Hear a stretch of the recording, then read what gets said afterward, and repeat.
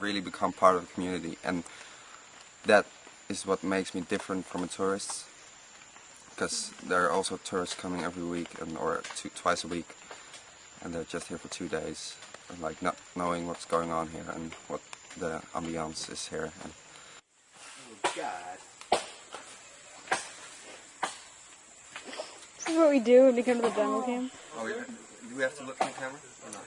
No, don't. I'll act natural.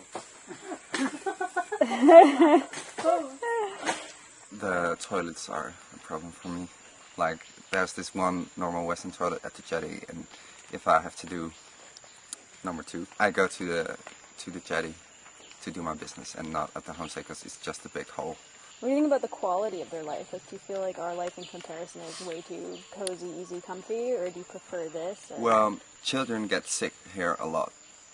I mean, often they get colds or fevers because their lifestyle is just not as hygienic as ours is in the western part of the world. On the other hand, it's just the way they live and they deal with it, and they're happy. Do you think they're happy? Yeah, they're happy. No, leech. 2 leeches. Do we catch leeches? Oh wow, look at them go. What are they doing? You can. Wow, look at that. He's coming for you. Oh, leeches. Shut up, mate. We're interviewing. And do you think it's important to travel, for everyone to travel, for Malaysians to go to US, for the US Yeah, to come of here? course. And Because why? by traveling, my own opinion is you learn about other cultures, about other places, and you also learn about their history. Does it sort of make it all more real? Yeah. in some way? Yeah.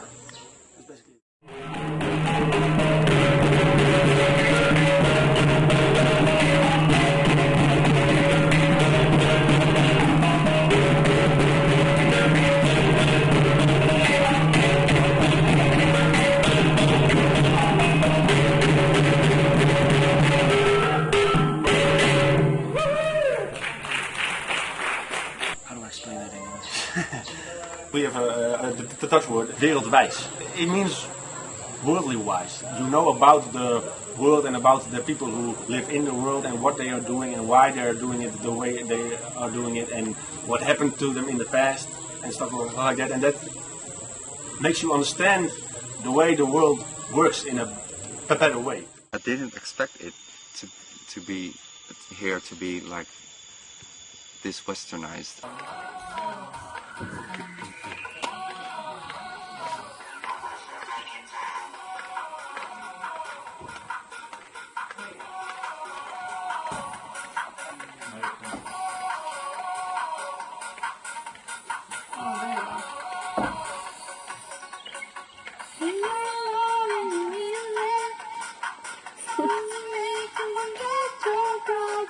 Gila banget kau. And what do you think about ecotourism in terms of conservation in this specific community? Do you think the homestays and staying in the eco camp and bringing tourists here is a good thing, or is it ruining the culture and community? How do you feel like the East and West are mixing here?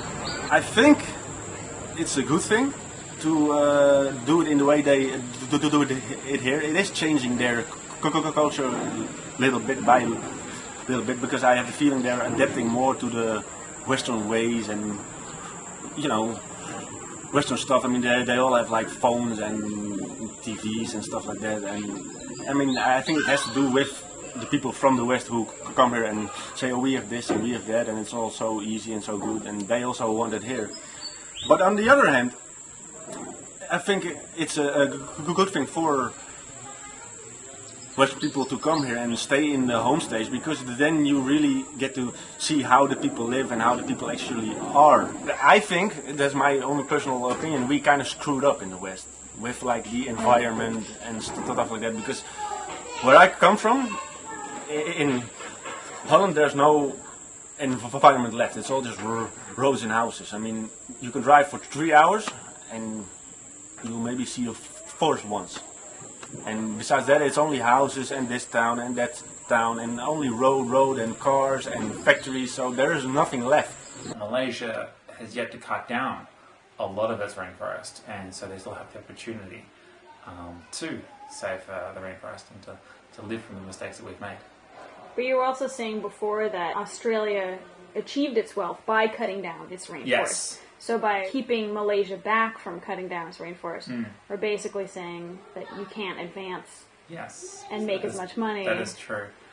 I think it's a very important thing to make sure that we don't just cut all the rainforest down. It's for the entire world, not just for Malaysia. Maybe they'll be a bit less well off economically, but environmentally the entire world will be better off. What's that for? When these are cut, and you plant them again, they grow. These are all going to grow? Apparently. Cool. Because under the canopy, they can't get sunlight, so they can't grow. So.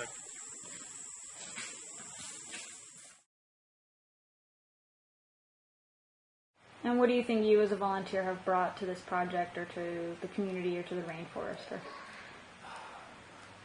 With coming here, I think the amount of volunteers that come through, I'm just maybe just another number. One person can't save the rainforest by themselves. It has to be a large number of people. And I'm just another one of those people. It may not be something spectacular, but it all adds up. And for Mute and Artie, I've worked with them day in, day out. Those who have made this experience what it is, I think without them, it wouldn't be the same.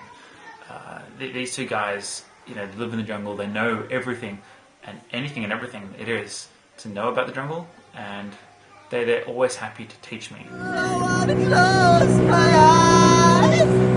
I don't want to fall asleep because I miss you, babe. And I don't want to miss a day. Artie, do you know what bird that is? That one? Yeah. Banded pita. I didn't know that one. So why is it important to save the rainforest and orangutans? Why do you want to do that? I think I would say that half of it is just the culture that I've grown up in that we have to save these things. So if we deplete the rainforest to a point that so many animals die out, that will have a larger effect on who knows what else, on other animals, on other food chains that could potentially actually affect us directly. So that's why I think we should probably save the rainforest, or just for the majestic beauty and the beautiful things. And I love being in the rainforest.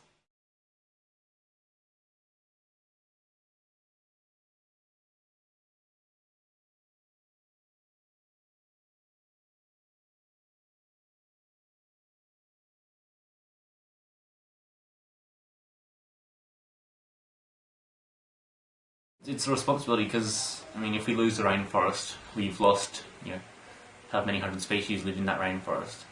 We need to just be careful with it because, next thing that's going to happen is we've got a desert planet which we don't really want. We've got a green planet at the moment, let's not make it brown.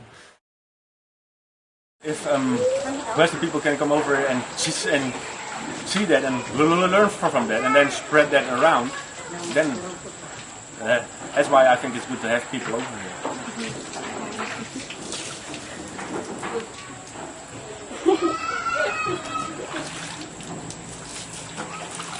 So what other ways do you think could be effective conservation? Because from my own observations, I was thinking just even if everyone used biodegradable soap, that would have a way bigger impact.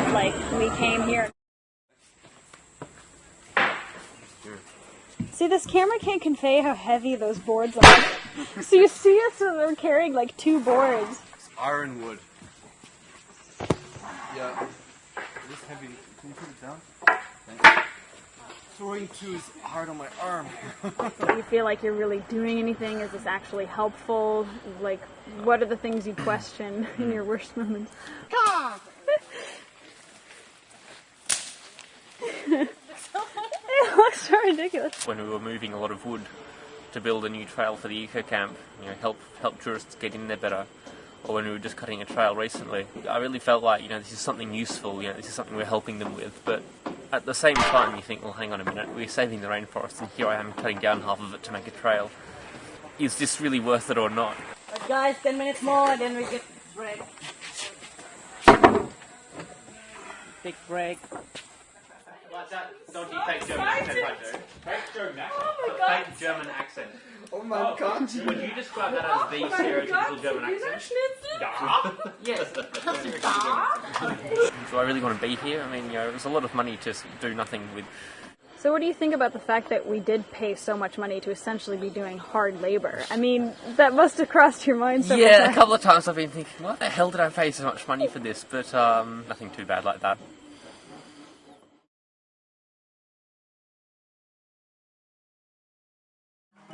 I wanna be a millionaire, so freaking mad.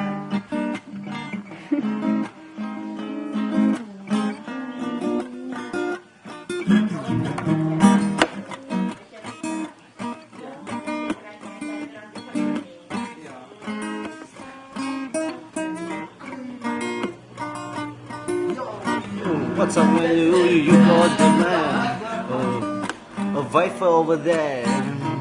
So poisonous.